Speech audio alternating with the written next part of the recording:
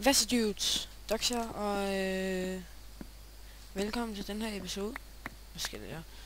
Af Minecraft. Som I kan se, så har jeg forbygget lidt siden sidst. Jeg kan ikke lige huske, hvor meget jeg har forbygget. I hvert fald det her har jeg forbygget siden sidst. Synes jeg, det er sådan. Det er okay. Der er ikke rigtig noget specielt over det. Gulvet er bygget. Helt herop til. Og grunden til, at der ikke er noget her, fordi ellers så... Så vil det komme til at se mærkeligt ud herude, så det skal vi lige have rettet på et tidspunkt. Yes. Og jeg er gået i gang med noget deroppe, det kan jeg også lige vise jer. Og det tænkte jeg, vi nok skulle bygge i dag. Lidt videre på i hvert fald. Wow. Så skal der så være hus op her, og så skal der være noget foran os, så det bliver sådan fedt hus. Det er bare for, at jeg kunne komme ud her. Altså, der skal ikke være nogen... Man skal kunne komme... Der skal være en eller anden trap op hernede. Så. Det bliver fedt. Tænker vi bare skal bygge videre på det af. Hvis jeg overhovedet har noget træ. Nej, det skal vi fælde sig. Har jeg nogle skov?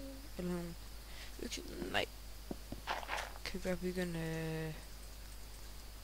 Det kommer vi sikkert til at få brug for nogle et par gange. Så vi gør sådan her. Og så bygger vi...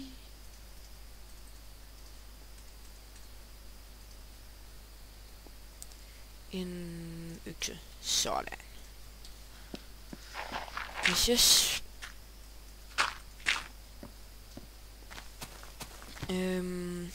Ja. Så, ja, sidste uge, så kan vi optage lyden, så der kan bare lidt musik på, og så fint nok. Det ved jeg ikke, der havde jeg ikke bygget så meget nu, så. Jeg kan ikke huske, om der var nogle vigtige ting, som jeg ikke sagde, men tror jeg ikke rigtig. Jeg vil bare få fundet en masse af det her. Det er lige irriterende, det her. Sådan en i huset.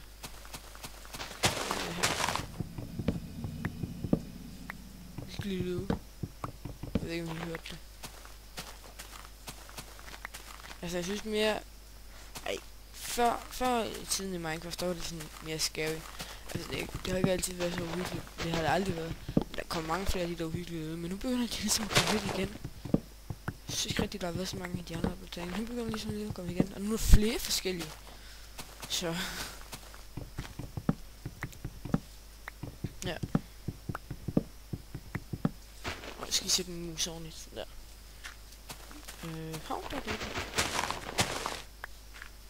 2 æbler.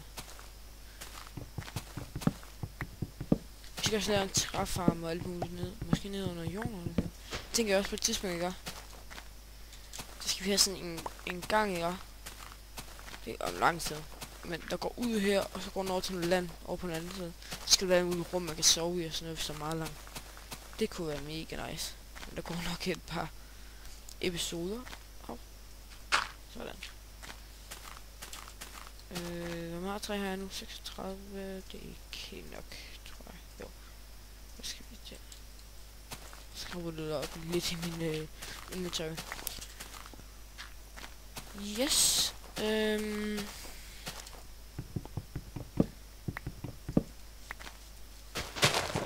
har jeg ikke så meget at sige. Ja. Ej, jeg skal lige have 64. 64. Ja. Og hugge. Jeg er lidt træt i dag. Det var en lang dag. Ej, det er faktisk en kort dag i dag. Men stadigvæk. Der var jeg syg på, synes jeg. Rigtig pis. Men ja, jeg har det fint nok i dag.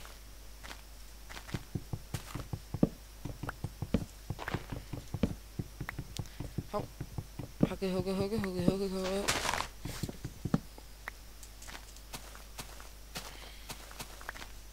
Så vil jeg egentlig også gerne høre jeres mening om et emne. Nej, det kan jeg tage op i en anden video. Nej, der er ikke noget. Jeg kan spise det her.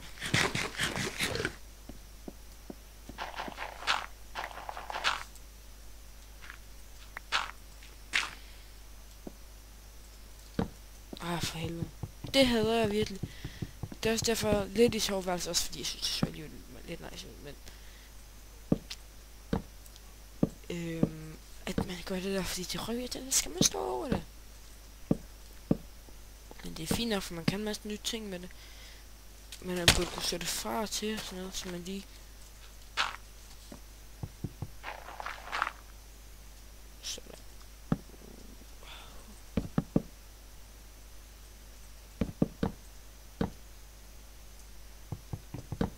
Sådan. Jeg sætter stopdur til i dag, så hvis der lige pludselig kommer et eller andet larm, jeg ved ikke, om der kommer noget larm. Men så må jeg lige holde øje med det en gang imellem. Hvis lige pludselig kommer sådan en eller anden lyd, så er det stopur. Vi kan bare tage halvdelen. Så. Hov. Sådan. Skal vi lige gå ned og sove? Ja.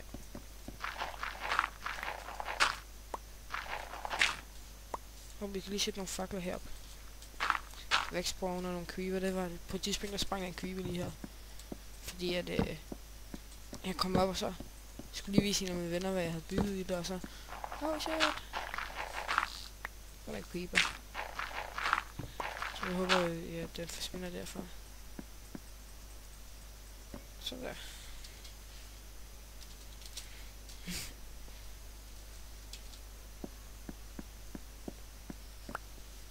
Nu er det næsten ligesom at være på en... Så ved jeg, om jeg rammer den rigtigt. Ja. Jeg er på en server, for man kan chatte herinde. Det er sådan lidt... Okay.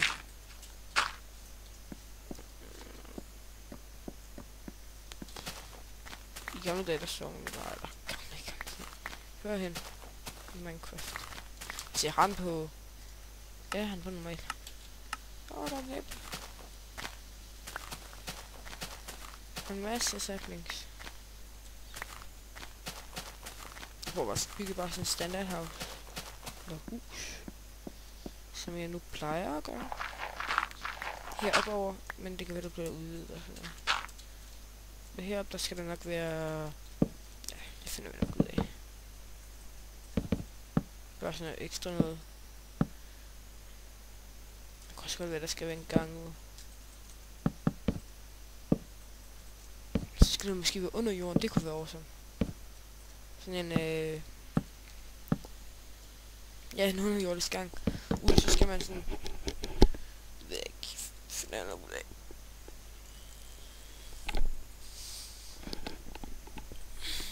Ja, jeg er rimelig træt.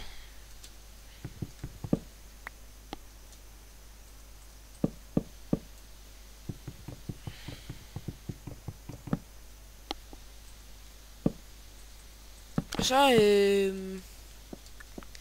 Josh got Respawn. Han har lavet en ny kanal. Og det er vel sådan fint nok, hvis han har fået de der 3 Copyright Strike, men han skal altså... Nu ser han heller ikke den her video, men det er altså noget med en Copyright Strike. Går altså væk efter et halvt år. Så hvis du nu har 3 Copyright Strike, og du ikke er... hvad hedder det? Du lukkede din kanal. Så skulle du altså meget gerne gå væk efter et halvt år. Jeg ved godt, det er lang tid at vente, men så har du så også en kanal. Så, altså stadig din gamle kanal med, hvad så er det nu?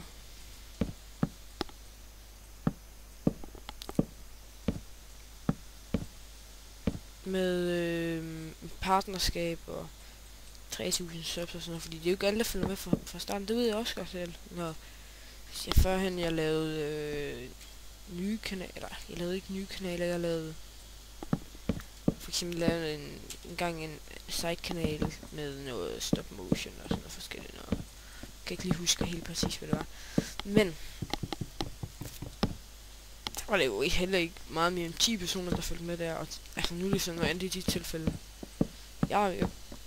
Men altså, der kan jo stadig være nogle subs, som måske har været på ferie der, eller et eller andet, som så ikke finder ud af det før om et godt stykke tid, hvor de går ind og tænker, nå, blev der ham der med videoer? For jeg har så undret mig over det, og så går jeg ind og tjekker. Jeg så kun, jeg ved ikke, hvorfor jeg ikke har set den video, men jeg så det kun på grund af, at snakker direkte sammen. Jeg så kun, at han fordi han simpelthen ikke med i min video, men jeg så kun, at han have lukket sin kanal, eller starte forfra, på grund af, at der var en, jeg kender, eller ikke kender, jo, jeg snakkede lidt med ham på Skype, men dengang, der lavede shoutout til ham, jeg tror det var The Foxen.dk, så han lavede shoutout til ham, og så på den måde fandt jeg så ud af, han startede en ny kanal. Og så sagde han nemlig til videoen, man kan blive partner igennem YouTube nu. Og så gik jeg lige ind og undersøgte det, så skrev jeg youtube.com, så jeg partners, og det synes som om man godt kan det nu. Eller sådan kom frem, så var sådan, what? Men jeg har bare hørt, at det skulle være bedre at blive partner, men man tjener måske flere penge på det der, men jeg har bare hørt, at det skulle være det skulle være bedre at blive partner igennem sådan et selskab. Eller, ja, man kan jo kalde det et selskab, TGN eller Social Blade eller et eller andet. Så gør vi sådan her. 1, 2, 3, 1, 2, 3, så gør vi sådan her. Eller, og så det skal nok være cirka herfra.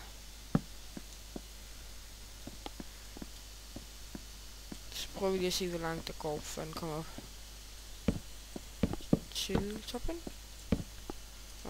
Så kan jeg godt lige lave 11 der.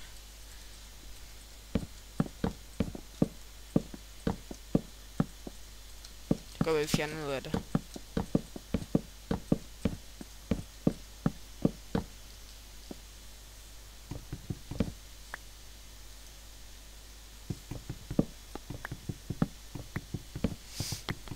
Yes, og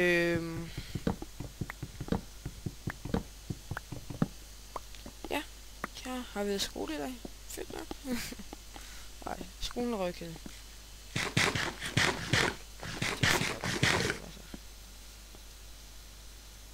Det er helt udmærket.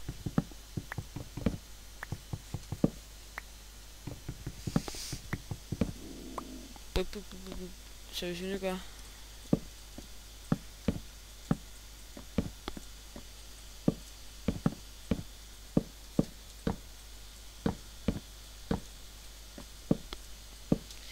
sådan her.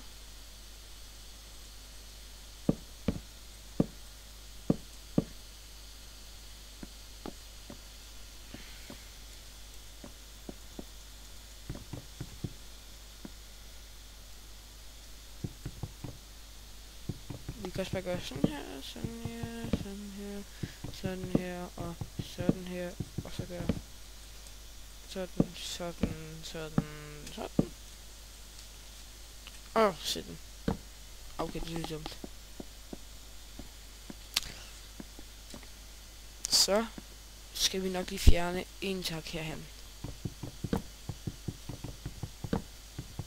Yes. Og ved du hvad, der er lige der, hvor jeg bor, ikke? Der er der fandme tilbud på 1,5 liters Coca-Cola til 15 kroner. Er det ikke bare lige billigt? Så tror jeg skal have en af. Hvis jeg kan skaffe for 15 kroner, for lige nu har jeg faktisk ingen penge. Ikke engang 15 kroner. Jeg tror jeg har 2 kroner. Super. Fordi at jeg skylder en masse penge, og så bagefter det skal jeg købe mig et headset. Så. Men 15 kroner kunne jeg måske godt lide. Sådan der, og så finde et eller andet sted, eller låne, eller det ved jeg ikke.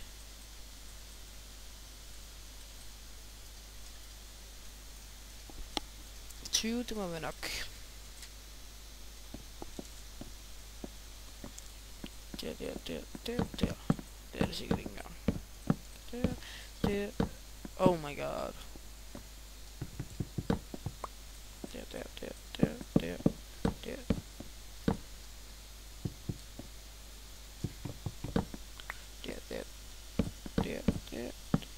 Nå.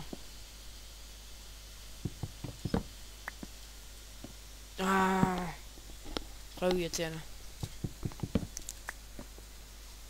Okay. Så mangler vi 4. Det vil sige, hvor meget får man skal bare lige fælde et træ. Så skal jeg bare ud her et andet sted.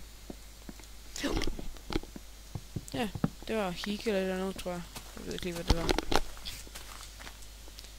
Bare lige fælde det her træ. Du skal dø, træ! Dø, dø, dø, dø, dø, dø, dø, dø, dø, dø, dø, dø, dø, dø.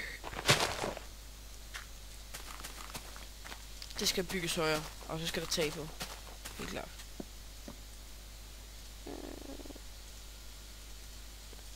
Hvis jeg bare sætter en der. Whoopty. Så kan jeg gå op og lave det her om til 4. Så nu. Sådan der. Lad mig lige tjekke her. Nå! Jeg havde ikke sat den i gang, så hvis vi nu sætter den her til... Det her stopper til... Sætter vi det til 5 minutter. Start. Så. Mega sejt. Ej, det er faktisk okay godt, man kan lave det der. Så kan man lave sådan nogle... hvad hedder det nu? Ej, jeg skal bruge det en til. Pis. Så kan man lave de der... Nu kan jeg ikke engang huske det. Det er lidt smart det her. Men ja. Så kan man lave vinduer og alt muligt. Udmavingsglas og sådan nogle forskellige smarte ting. Ding ding. Bing. Der var lige nok. Var det lige... Hvor mange var det? Det kan jeg ikke huske. Sådan. Så kommer man herop, og så er man oppe i huset ovenpå. Så... jeg havde faktisk en sådan. Så kan vi lige brænde. Her. Og her. Vi skal lige have det træ. Sætter 4. Som ikke er 7. Som er 4. Og der.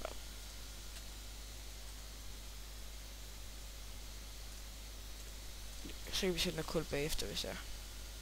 Jeg er bare så dum altid. Jeg har sådan en vane med, at det skal være træ. Fordi førhen der ville jeg meget hellere spare kul. Jeg ved ikke, om det var svært at finde kul dengang. Og de kan alligevel ikke komme ind deroppe nu. Så. Hej.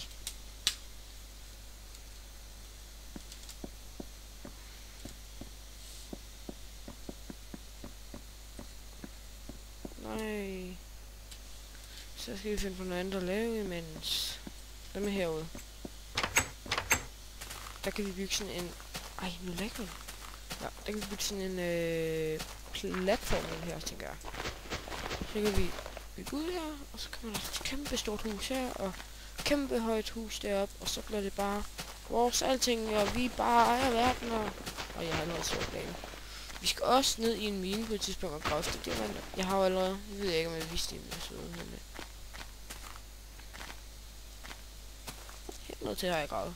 Vi skal ned på niveau 13, og så skal vi lave brains mine, og så skal vi finde diamanter. Men for os forholdsvis meget XP af diamanter, det er sådan set ikke det, det handler om.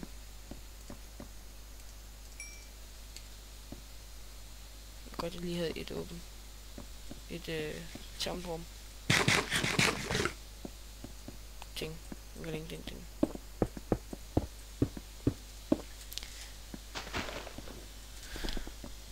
Så skal vi bare have noget mere træ.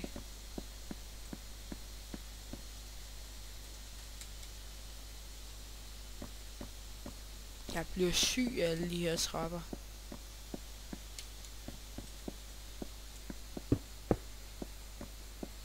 Så skal jeg bare tage flere på en gang. Okay. Så find et eller andet for at det til at gå. Jeg kan lave ordning i min kiste. Kisterum skal der være deroppe. Det vil jeg egentlig... Altså, jeg er jo normalt hernede. Kisterum skal være forholdsvis tæt på mig. Så det kan enten være her på første etage, eller skal det være herinde bagved et kæmpe stort rum. Jeg tror, det tager det herinde bagved. Skal vi bare begynde på det? Ja.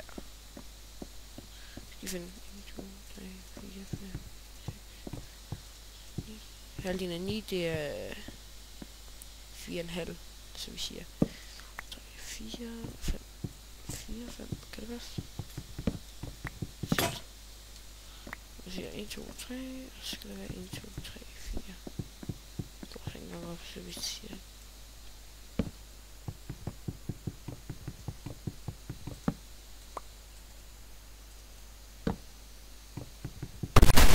Hov, jeg håber, jeg kan høre mig stadig.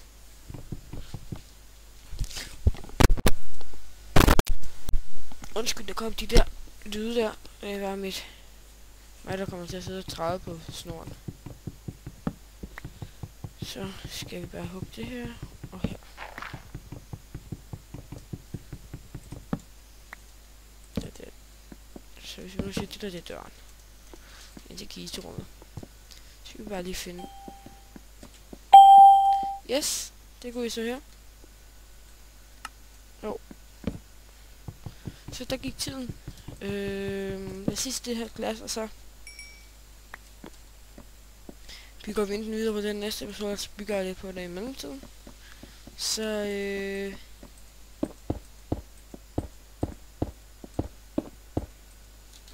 vi ses i næste episode. Jeg får i hvert fald sat glassen, det håber jeg.